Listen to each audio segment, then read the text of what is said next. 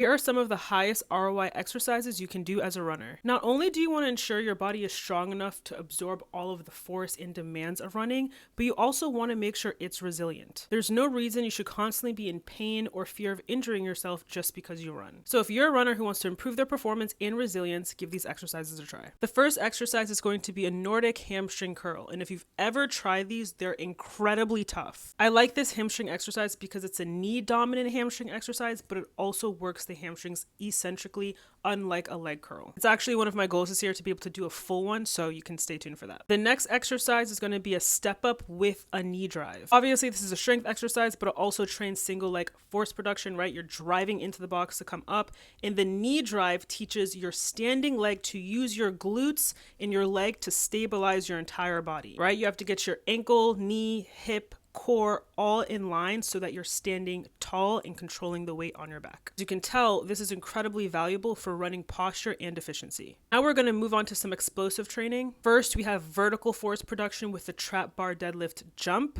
And then we have horizontal force production with this banded broad jump. Not only do you have to teach your body how to produce force through strength training, but also absorb it through explosive training. The reason explosive training is so important for runners is because running is essentially jumping or bounding from one leg to the other. Now we're going to move on to upper body, and I think the focus for upper body is not necessarily size, but rather pound for pound strength and total body control. We have this barbell military press, and the reason I love this exercise is because it teaches you how to keep your core stacked, your ribs over your pelvis, while you're moving your arms overhead or while you're producing any sort of movement. As you run, it'll be more efficient for you to keep your ribs stacked over your pelvis because that'll give you full access to your hips. Happy to make a video explaining that further. And since pound for pound strength is the goal, the king of all exercises for upper body to me is a pull-up. If you're unable to do a pull-up yet, the inverted row is a great alternative / regression. Moving on to accessories, first we have a Copenhagen plank, which is going to train your adductors isometrically, so just think your groin area. If you feel like you have groin pain when you run, this exercise is absolutely going to save you.